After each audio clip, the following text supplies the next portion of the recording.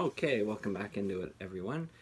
So this time we're ranking David Gilmour, um, guitar guitarist of Pink Floyd, basically voice of Pink Floyd through a guitar. Roger was more the lyrics man, David's more the music man. David's got the very soothing, nice voice. Roger has the narcissistic, kind of biting, nasally voice, but together they complemented each other so well. And then their solo works, of course, accentuate what they brought to the Floyd more. And I remember back in high school, I loved Pink Floyd. I was getting into them, grade 10 or so, and didn't care for the solo works of either at all. And it wasn't until about '06, about the time On an Island came out, that I started to go, okay, I actually can get down with a lot of David's solo work. And nowadays I like it all. But so we got six to rank because we're doing the 4 studio albums and then the live sets, the 2 official live sets. So with that in mind, number 6, Live at Pompeii. Of course, back in 1971 or 72, Pink Floyd performed to nobody in Pompeii, and there was a camera crew there, and it was just the band. It was kind of like an early music video, and yeah, basically the crew got a concert, and they filmed it, and it became one of the best live concerts ever, especially live, VHS or DVD concerts, with those iconic visuals and one of the best performances of echoes ever. Though there is a lot of cheating on that because there's a lot that they did in the studio. And I remember it sort of broke my teenage heart when I realized that. So anyway, David Gilmour, years later, would go back to Pompeii, fill the theater with an audience of, I don't know how many people are there, like 2,200 or something? It's the first time that a crowd has been in the Colosseum since the Romans used it. So, that's historic enough already. The set list is awesome. I just feel like David's kind of lost his voice. You notice on Shine On and that he's an old guy now. He's in his 80s at the time of this recording. He's 85 at the time of this recording. But man, you can't scoff at the track list. Time, Breathe in the Air, Run Like Hell, Sorrow, Comfortably Numb, of course, The Big Juggernaut, Coming Back to Life from the Division Bell, Fat Old Son, Atom Heart Mother, Fat Old Son from Atom Heart Mother, One of These Days from Metal, and then some new stuff interspersed, like In Any Tongue, and About Lives Waiting, which I believe is the song he wrote following Rick Wright's passing. So anyway, a very worthwhile document for fans and all of us that couldn't be there. But I think his other live one is a little stronger. Number 5, On an Island. This was his first record since the mid-'80s, and this came out in '06, as I mentioned a couple minutes ago. So it had been a long time without a studio album, and it had even been a long time since the Pink Floyd album, about 12 years. And this is a good album. It's definitely laid back, maybe a little too laid back. I think Take a Breath kind of sets up the pace a little bit more, but it never really gets brought back. But there's some beautiful songs on here. It's just a little sleepy for me, and I gotta say, yeah, the material here is good, but it's even better live, as will be proven by the next entry. Live in Gdansk, at the, I think that was at a shipyard, and, oh man, the DVD on this is incredible. I said this for Roger Waters too. It's better to experience this through the DVD than just listening to the CD. But the audio content is still great. The set list is mostly the On an Island stuff, but I think that I think that it works better live. Yeah, it's On an Island essentially performed front to back, though they do change up the order with a couple songs. Like Take a Breath is way further down in the set list. So you have those 10 songs, which get followed by Astronomy Domine, the Syd Barrett-led Floyd classic from Piper at the Gates of Dawn, at least the US version and all the reissues. High Hopes, of course.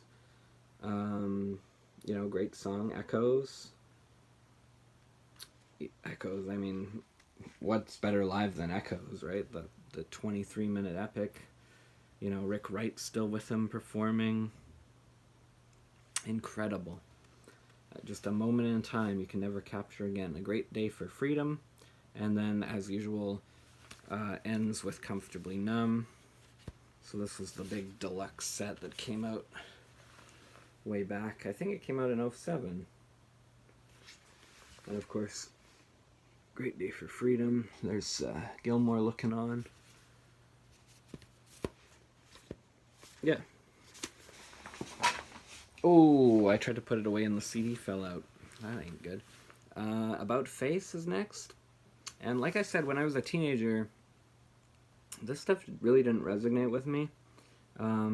This is adult contemporary David, but this is a really good set, actually. It's a very different style, as you can tell by the cover. It's not David Gilmour playing Pink Floyd stuff, like he's kind of doing his own thing. And, yeah, Bob Ezrin produces with David Gilmour, so, I mean, you can't really go wrong there. Yeah, Until We Sleep is a great opener. The singles like Blue Light are great. Yeah, like everything Gilmour, it's a little bit understated for sure. When he teams up with Roger, you get that bite a little bit more, and you get songs like Comfortably Numb that juxtapose the kind of scary stuff with the psychologically, at least, with the beauty and the majesty and the majestic soaring guitar solos and everything. But if you have to have solo David, yeah, this is a good one, and it's definitely a recommended one. Yeah, 80s David there. And then number 2 is this one right here, eponymous, self-titled, David Gilmour, by David Gilmour. Starts with a great instrumental that is sort of Floydian. Obviously has a different way of writing, and this is coming a year after Animals, which is, Animals, as much as I love it, it's one of, if not my favorite Pink Floyd record. But, this is a very different style and a different style of writing. Animals is kind of depressing, and this is much more kind of singer-songwriter stuff, but definitely very well performed.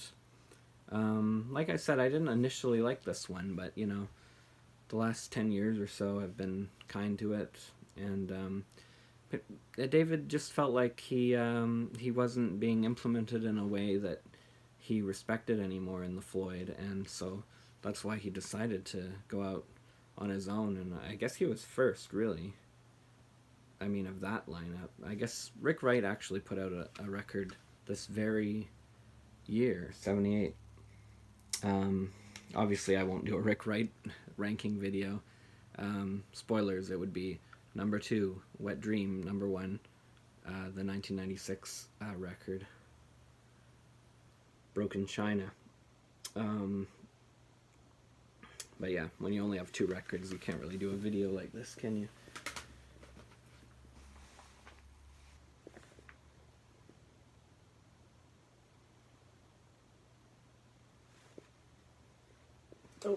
Oh, okay.